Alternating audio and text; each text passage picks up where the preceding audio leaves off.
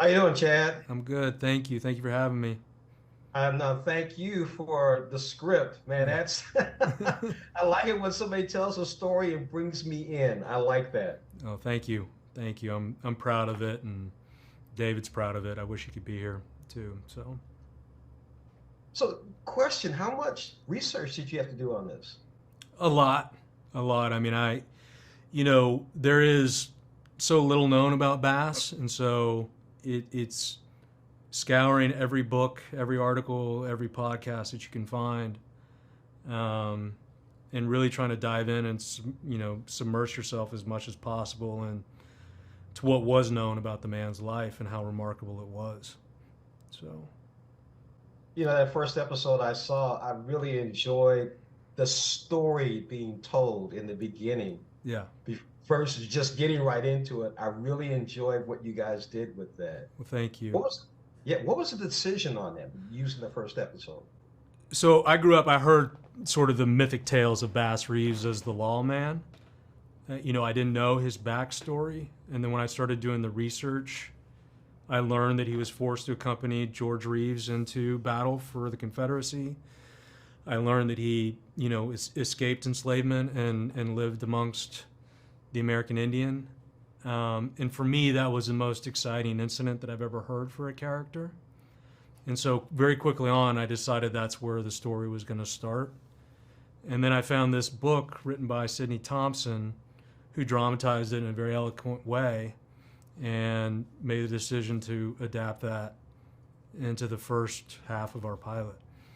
So, I'm glad you did that. The yeah. other thing I was laughing at was it wasn't no little house on the prairie, and it definitely wasn't Gunsmoke. So, No, authenticity was everything to us, and not only the beauty of the time, but the brutality of the time as well.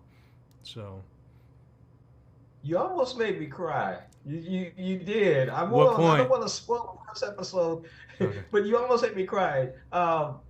The scene where they're at the store Yeah, with his yeah, son. I Yeah, got it. Yep, yep, yeah, yeah, and it kind of caught me off guard a little bit. And then the reuniting. yeah, That was pretty emotional too. That was yeah, fun. yeah. No, I'm proud of both of those moments, and again, the human condition is so universal, and if you can tap into that, you're doing your job right. So, I think you did your job right. thank you.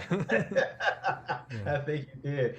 Tell me about picking the cast, especially Dan, especially who? the lead, the Oh, lead in it. David. David. David's been trying to make this project for 8 years, and so David actually brought it to me, and I'm eternally grateful that he did. Um, and so I had heard about Bass growing up, as I said, and then I got a call to go to dinner with him, and we immediately hit it off. I've been a big fan of his work for a very long time, and to have the opportunity to work with him, I immediately jumped at.